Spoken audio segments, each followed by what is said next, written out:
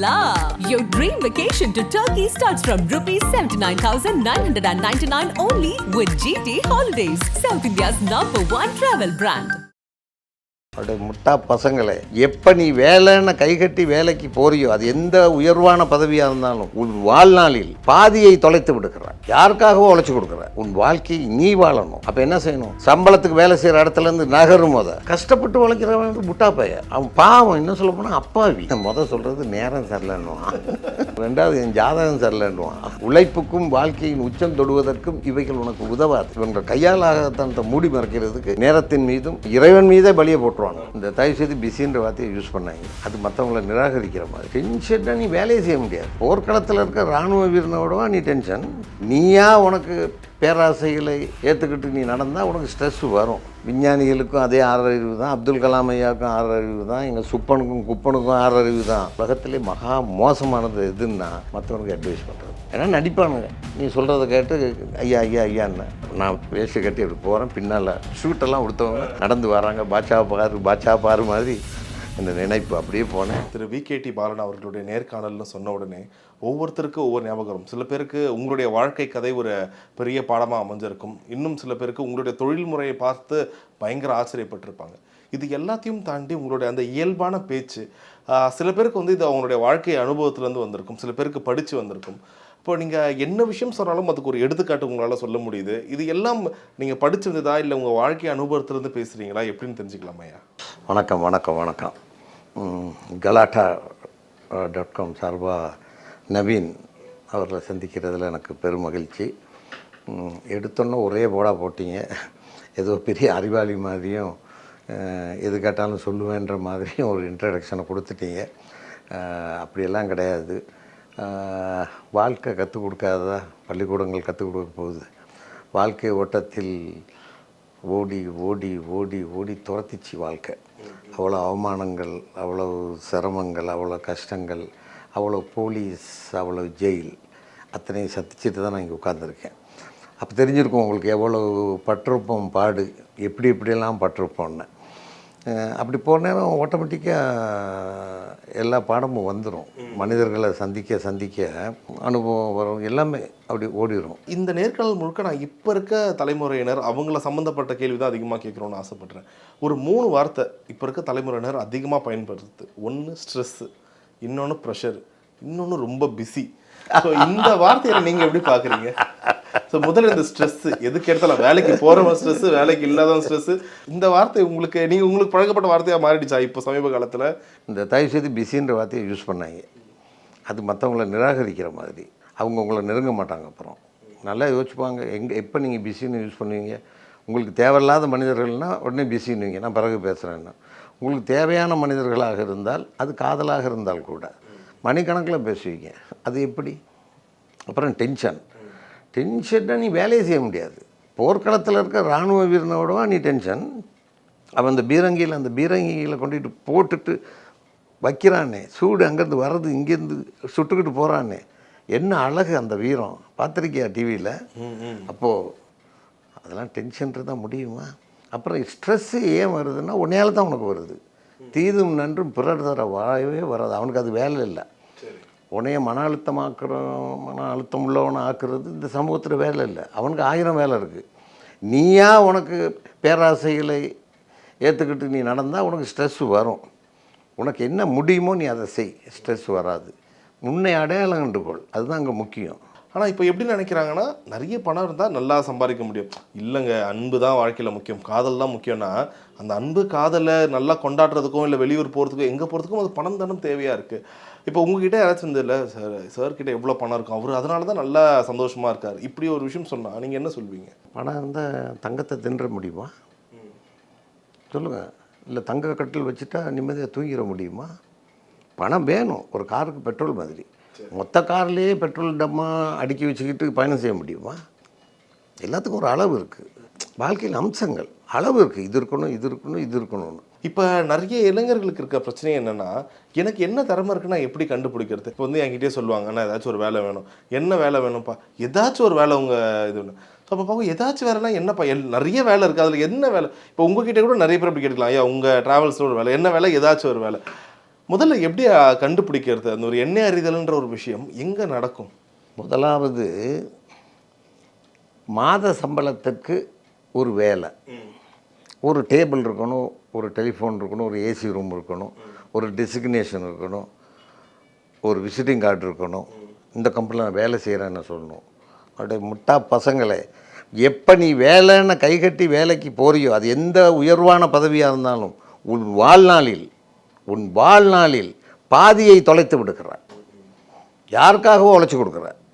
உன்னுடைய உழைப்பு 10% தான் உனக்கு வந்து சேர்றது, 90% அந்த கம்பெனிக்கு. நல்லா புரிஞ்சுக்க. அதனால் உன் வாழ்க்கையை அடக்க வைக்காதே. உன் வாழ்க்கையை நீ வாழணும். அப்போ என்ன செய்யணும்? சம்பளத்துக்கு வேலை செய்கிற இடத்துலேருந்து நகரும். போத சம்பளத்துக்கு வேலை செய்யாத, அதை ஓங்கி சொல்கிற இடத்துல நான் இருக்கேன். தனிச்சு வா. எல்லாருக்கும் இருக்க அறிவு தான் உனக்கு இருக்குது, எல்லாருக்குள்ள கை உனக்கு இருக்குது, வாய்ப்புகள் கொட்டி கிடக்குது. பழகிறதுக்காக படிக்கிற காலத்திலேயே ஒரு தொழிலுக்காக ஒரு என்ன சொல்லுவாங்க, ஒரு ட்ரைனிங் அந்த மாதிரி போய் கற்றுக்கோ. ஒரு ட்ராவல்ஸையாக இருக்கட்டும், ஒரு பிரிண்டிங் இடத்துலையாக இருக்கட்டும், இப்படி கற்றுக்கிட்டு மார்க்கெட்டிங்கை பிடிச்சிக்கோ. கஷ்டப்பட்டு உழைக்கிறவன் வந்து முட்டா பைய, அவன் பாவம். என்ன சொல்ல போனால் அப்பாவி. ஆனால் அவங்க என்ன அது எப்படி சொல்கிறேன்னா, இப்படி பாருங்க, நீங்கள் ரோடு போடுறவங்க கஷ்டப்பட்டு உழைச்சா முன்னுக்கு வரலாம். எங்கடா கஷ்டப்பட்டு உழைக்கிறவங்க முன்னுக்கு வரான்? உழைப்பு தேவை, அதை மறுக்கல. பட் கஷ்டப்பட்டு உழைக்கும் உழைப்பு அல்ல, நீ இஷ்டப்பட்டு உழைக்கணும். இஷ்டப்பட்டு உழைக்கிறவன் டைம் பீஸ் பார்க்க மாட்டான், வாட்சை பார்க்க மாட்டான், வாட்ச் கட்டைய மாட்டான், நேரத்தை பார்க்கவே மாட்டான். அவனுக்கு வேலையின் அளவு தான் அவன் நேரம். ஆமாம் ஆமாம். அந்த வேலையை முடிச்சுட்டு போகணும். அவன் இஷ்டப்பட்டு உழைச்சிக்கிட்டு போகணும், அவன் மேலே வந்துடுவான். இஷ்டம் இல்லாமல் வெறும் மாத சம்பளத்தை மட்டும் கணக்கு பண்ணிக்கிட்டு, இன்னும் சலுகைகளை கணக்கு பண்ணிக்கிட்டு, எப்போ பார்த்தாலும் இன்க்ரிமெண்ட் நோ, உன்னால் முடியாது. ஐயா, இப்போ நீங்கள் சொல்கிறது ஒரு பக்கம் இருக்கட்டும். இப்போ இந்த நேர்காணலை பார்க்குறவனு என்ன சொல்லுவாங்கன்னா, ஐயா ஈஸியாக சொல்லிட்டாரு, ஆனால் எங்கே இன்வெஸ்ட் பண்ணுறதுக்கு என்கிட்ட எங்கே பணம் இருக்குது? ஏன் மாத சம்பளம் பேர் 30,000. இப்போ ஒரு பிரிஞ்சு கடை போகிறேனே கூட வைங்க, அதுக்கு ஒரு மினிமம் ஒரு 1 லட்ச ரூபா தேவைப்படுது. என்கிட்ட அந்த பணத்துக்கு நான் எங்கே போவேன்னா எப்படி இன்வெஸ்ட் பண்ணுவேன்? இதுதான் பெரும்பாலானவர்களோட கேள்வியாக இருக்குது. அதனால் என்னால் இன்வெஸ்ட் பண்ண முடியல, நான் இன்னொருத்தங்கிட்ட கை கட்டி மாத சம்பளத்துக்கு வேலை பார்க்குறேன். முதலாவது கடன் வாங்கித்தான் வாழ்க்கையை ஸ்தாபிக்கணுன்ற நினப்பு இருந்தால் தற்கொலைக்கு சமனாது. சரி, நீ உருப்படவே மாட்டான். கடன் வாங்கித்தான் வாழ்க்கையை நடத்தணும்னு எவன் நினச்சாலும் அவன் உருப்படவே மாட்டான். கடன் வந்து ஆழகால விஷயம், கடன் படவே கூடாது. அதெல்லாம் இன்வெஸ்ட் பண்ணுறது. இன்வெஸ்ட் பண்ணுறது உண்ட 10 விரல்கள் தான், அதுதான் மூலதனம். அது எப்படி இன்வெஸ்ட்மெண்ட் வரும்? நீ நேரடியாக போய் ஒருத்தர் நான் பிஸ்னஸ் வைக்க போகிறேன், 10,000 ரூபா தாங்க, 20,000 தாங்க, மச்சான்ட்ட போயிட்டு கேட்குறது, மாமன்ட்ட போயிட்டு கேட்குறது, அப்படி நீ இன்வெஸ்ட்மெண்ட்டை கேட்க ஆரம்பிச்சிட்டாலே நீ ஃபெயிலியர். உனக்கு மூளை இல்லை, உன்கிட்ட உழைப்பு இல்லை. உன்கிட்ட உழைப்பு இருந்தால் ஒன்றை தெரிந்து கொள், நீ உழைக்க தயாராக இருந்தால் இந்த உலகமே உனக்கு உதவ தயாராக இருக்குது. அப்படி உழைச்சி முன்னேறின அத்தனை பேர்ட்டையும் கேட்டு பாருங்கள், பணம் தானாக பின்னால் ஓடி வரும். நீ உழைப்பு மட்டும்தான் நீ காட்டணும் தம்பி.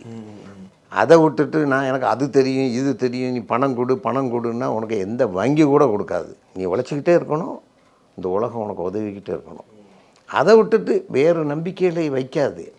வாழ்க்கையில் உயர்றதுக்கு எந்த பக்தியும் உனக்கு உதவ போகிறதில்ல. திருப்பதியில் போய்ட்டு மொட்டை போட்டால் தான், நேற்று கடன் வச்சா தான் நான் பணக்காரன் ஆகுவேன்னா, எல்லாரும் மொட்டையோட தான் சொல்லுவேன். நானும் போயிட்டேன் மொட்டாடி, எல்லாமே மொட்டாடிக்கு போங்க. அங்கே சாமி உனைய மொட்டாடிச்சு அனுப்போம். இவ்வளோ தான் நடக்குமே தவிர உனக்கு ஒன்றும் ஆகாது. உன் உழைப்பு தான் உன் வாழ்க்கை. என்னிடம் வேலை செய்பவர்கள் அத்தனை பேரும் முதல் கேள்வி கேட்குற நேரமே, நீ தொடர்ந்து என்கிட்ட வேலை செய்ய வந்திருக்கியா, முதலாளியாக வந்திருக்கியான்னு கேட்பேன். இல்லையா, உங்கள்கிட்ட வேலை செய்யத்தான் வந்திருக்கேன். அப்போ வெளியே போடான்ட்டுருவேன். உனக்கு 2 வருஷம் டைம் தரேன், இங்கே இரு, கற்றுக்கோ வேலையை. இந்த கற்றுக்கிட்டால் சர்வதேச ஜாப் இது கற்றுக்கிட்டு அதுக்கப்புறம் என்கிட்ட உட்காந்து வேலை செய்யாத. போ, சொந்தமாக ஆரம்பி. என் நிறுவனத்தின் பெயரை கூட நான் உனக்கு உதவுகிறேன். மதுரா ட்ராவல்ஸ் பேர்லேயே ஆரம்பிச்சிக்கோ. நீயே அங்கே சிஇஓவாரு, நீயே ஓனர். லாபம் நஷ்டத்துக்கு இடமே இல்லை. நீ எவ்வளோ உழைக்கிறியோ லாபம் உனக்கே. நான் அதில் பங்கெடுக்க வரலன்னு சொல்லி இதுவரைக்கும் ஒரு 10க்கும் மேற்பட்ட என்னை போன்ற முதலாளிகளை நான் உருவாக்கியிருக்கேன். தொடர்ந்து என்கிட்ட வேலை செய்கிறவங்களாம் முதலாளி ஆகுங்கன்னு சொல்லி நான் ஊக்குவிச்சுக்கிட்டு இருக்கேன். தமிழ்நாடு பூரா அவங்களுக்கு வாய்ப்புகளை கொடுத்துக்கிட்டு இருக்கேன்.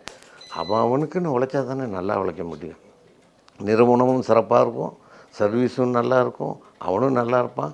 நான் ஒரு அப்பனாக, முதலாளியாக இல்லை, அவனுக்கு ஒரு தகப்பனாராக நான் பெருமையோடு நிம்மதி பெருமிச்சோடு தூங்குகிறேன். ஓகே ஓகே, ரொம்ப அழகாக சொன்னீங்க.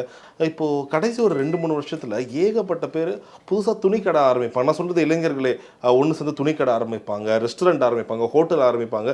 ஒரு 30% என்ன ஆகுதுன்னா, முதல்ல ஒரு மாதம் பார்ப்பாங்க, 2வது மாதம் பார்ப்பாங்க, 3வது மாதம் கடை ரொம்ப டல்லாக போகுது, பெருசாக இல்லை, நான் இன்வெஸ்ட் பண்ண காசை எப்போ எடுக்கிறது, நான் வச்ச இடம் சரியில்லை, கடை வேறு மெயினில் வச்சுதான் நிறைய காரணங்களை தேடுவாங்க. ஒன்று அவங்க மேலே தப்பா, இல்லை அந்த பிஸ்னஸை பற்றி தெரியாமல் உள்ளே வந்துடுறாங்களா, இல்லை 1 வருஷம் ஆகும் அப்போ தான் உங்களுக்கு என்ன கல நிலவரம் தெரியுமா? இது எப்படி எடுத்துக்கலாம்? அதில் முக்கியமான 2 விஷயத்தை விட்டுட்டீங்க. அது சரியில்லை இது சரியில்லைன்னு சொல்கிறவன் சொல்கிறது நேரம் சரியில்லைன்னுவான், 2வது என் ஜாதகம் சரியில்லைன்னுவான். புரியுதா?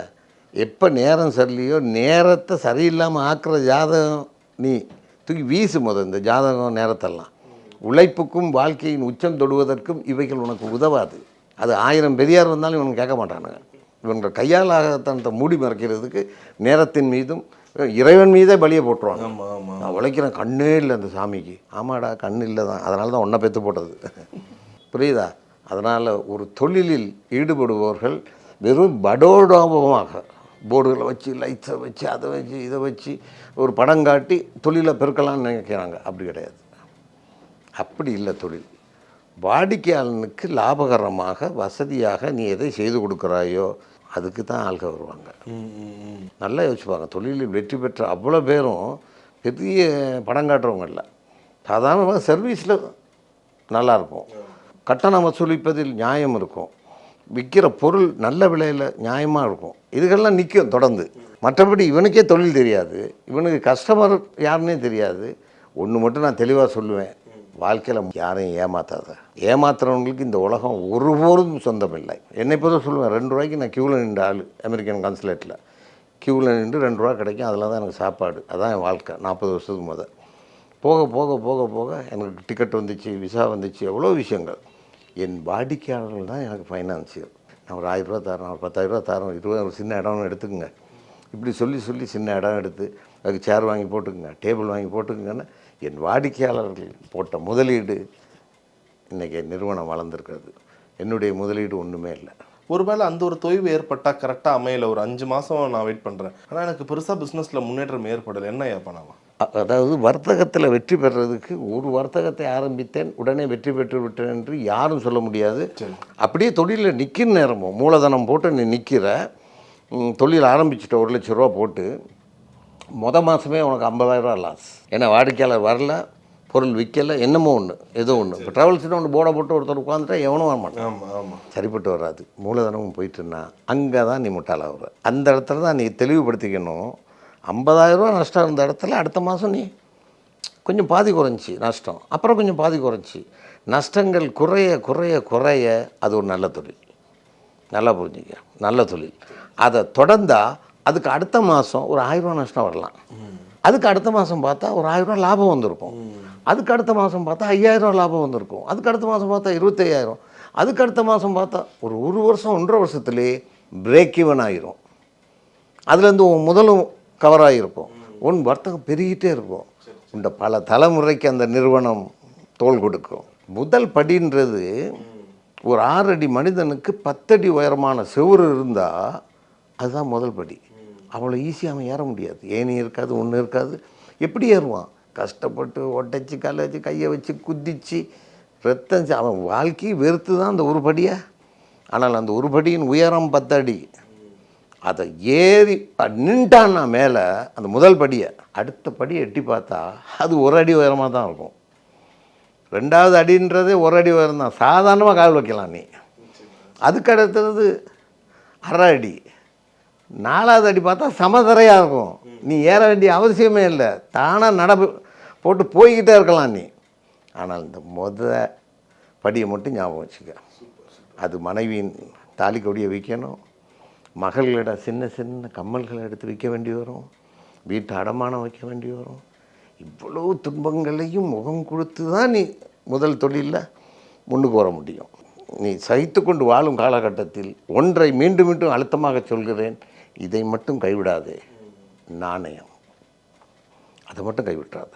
ஏன்னா நாணயத்தை நீ இழந்துட்டான்னா அப்புறம் உன்கிட்ட இழக்கிறதுக்கு எதுவுமே இருக்காது. நிறைய மேடைகளில் உங்களுடைய பேச்சுக்களை நாங்கள் வந்து காணொலியில் பார்த்துருக்கோம், நேரில் பார்த்துருக்கோம். யாராவது உங்ககிட்ட வந்து ஐயா நீங்கள் ஒரு மோட்டிவேஷ்னல் ஸ்பீக்கராக எங்களுக்கு தெரியுறீங்க, நிறைய மேடைகளில் எங்களுக்கு இது மாதிரி பேசுங்க, இது மாதிரி இன்னும் நிறைய பேர்லாம் வந்து பேசுகிறாங்க, அந்த மாதிரிலாம் சொல்கிறாங்க. ஏன்னா இப்போ இருக்க காலகட்டத்தில் ஏன்னா காலையில் மொபைலில் தொடர்ந்த உடனே இந்த குட் மார்னிங் மெசேஜோடு சேர்த்து இந்த நாள் உன்னோட நாள் நீ தான் எல்லாமே அப்படி அதை பார்க்குறாங்க. பார்த்துட்டு சரி நம்மளும் அது மாதிரி பண்ணணும்னு சொல்லிட்டு அந்த 5 நிமிடத்தோட அந்த விஷயம் முடிஞ்சிருது. உங்களை யாராச்சும் இது மாதிரி கேட்டிருக்காங்களா மோட்டிவேஷனல் ஸ்பீக்கராக நீங்கள் வந்து பேசணும், இல்லை உங்களுக்கு இது மேலே ஒரு உடன்பாடு இருக்கா மோட்டிவேஷனல் ஸ்பீக்கிங் மேலே? இந்த மோட்டிவேஷன்றது என்னை பொறுத்தவரை ஒரு கெட்ட வார்த்தை. சரி, அது எத்தனையோ யூடியூப்பில் நான் பேசியிருக்கேன், சொல்லியிருக்கேன். வேண்டாம் ஐயா வேண்டாம். இந்த மோட்டிவேஷன் ஸ்பீக்கர்னு சொல்லி 1000 ரூபா காசு சார்ஜ் பண்ணி அதுக்கு ஒரு ஹால் பிடிச்சி அவனுக்கு ஒரு காஃபி கொடுத்து ஒரு என்னென்னமோ செஞ்சு 1000 பேர் வச்சுட்டு மேடையில் இருந்துக்கிட்டு 4 ஏன்னா என்னன்னு தெரியுமா, 3 பீன்னா என்னன்னு தெரியுமான்னு கேட்டு இவன் வந்தவன்லாம் அவனுக்கு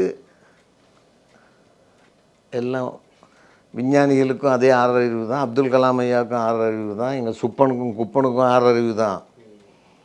உன் மூளையை நீ பயன்படுத்திக்கோ, உன் கையால் உழைச்சி பழகு. மற்றவன் சொல்கிறான், அவன் கடலை காட்டும், அவன் நீந்தும், அது மீனுக்கு சொல்ல வேண்டிய மோட்டிவேஷன். அதை போய் தரையில் ஓடிட்டு இருக்க குதிரையை கொண்டு நீ தண்ணியில் போயிட்டு நீந்தி கரை சேர்ந்துக்கிட்டு இருந்தால் சரியாக இருக்குமா? இன்னும் சொல்ல போனால் அந்த மோட்டிவேஷனுக்கே நிரந்தர தொழில் இல்லாமல் அலைகிறானுங்க. வீட்டில் ஒரே திட்ட, ஐயா எனக்கு ஒரு வேலை போட்டு தாங்க எங்கேயாவதுன்னு. நான் என்ன சொல்கிறேன், உலகத்திலே மகா மோசமானது எதுன்னா, இலகுவானது எதுன்னா மற்றவனுக்கு அட்வைஸ் பண்ணுறது. நிச்சயமா நான் இருக்கிறேன்னு வச்சுக்கிங்க, என்ன மாதிரி என் மகனை என்னால் உருவாக்கவே முடியாது. நோ சான்ஸ், லாஜிக்கே இல்லை. ஆனால் என்னை விட உயரமாக என் மகன் வளர்ந்துக்கிட்டு இருக்கான். அது அவனுடைய திறமை. அப்படி அவர்கள் போக்கில் அவர்கள் வளரட்டும். நீ சொல்லி என்னத்தை வளர போகிறானுங்க? ஏன்னா நடிப்பானுங்க. நீ சொல்கிறத கேட்டு ஐயா ஐயா ஐயான்னு. அவனுடைய எதிர்பார்ப்பு வேறு. பணம் ஒன்று தான் அல்லது கடன். இதுக்காக ஆமாம் போட்டுக்கிட்டு இருப்பாங்க. அது வேலைக்கு ஆகாது. ஐயா, நிறைவாக இப்போ உங்களுடைய திரு விகேடி பாலன் அவர்கள் சொன்ன உடனே உங்களுடைய தோற்றமும் நீங்கள் சொன்ன மாதிரி உங்களுடைய சந்தர்ப்பம் இது.